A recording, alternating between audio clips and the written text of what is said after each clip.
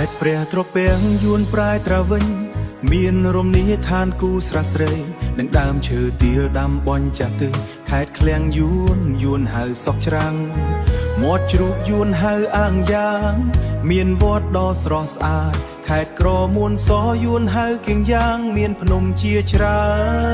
នខេត្តពលលាវយួនហៅបាក់លាវមានសមុទ្ររំភើបចិត្តខេត្តព្រះសួរយួនហៅបារីពោពេញដោយអនុស្សាវរីយ៍ខេត្តពីមយួនហៅហាទៀនដោយសុបិននៅឆ្ងាយកម្ពុជាក្រោមអើយជាដែនដីដ៏ភូផង់ឈ្មោះខ្មែរនៅជាប់ជានិច្ចមិនបាត់បង់ទោះបដូរឈ្មោះទៅយួនក៏មិនអាចលុបបានអត្តសញ្ញាណខ្មែរនៅរស់ជាមួយខ្មែរ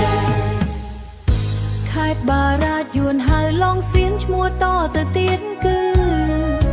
មេសអយួនហៅមីធស្រមៃឃើញថ្ងៃចាំង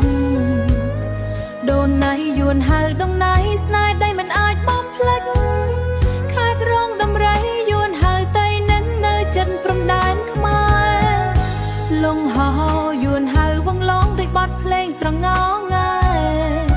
អុកញ៉ាដិនយួនហៅយ៉ាដិនជាបេះដូងរបស់ខ្មែរក្រោយខេត្តកំពង់ពងឫស្សីយួនហៅបិនត្រែយួនលោមចិត្តខ្មែរតើអ្នកនៅចាំទេឈ្មោះខេត្តខ្មែរដើម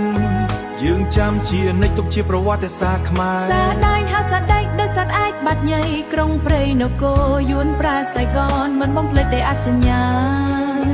ខេត្តកំពង់គោយួនហៅតិនអានខេត្តខាងកោះកោខេត្តខាងកោះកោយួនហៅរកងចំបាត្រពាំងប្រែថាពៀនហွာរួមមានកោះត្រឡាយនិងកោះត្រអូ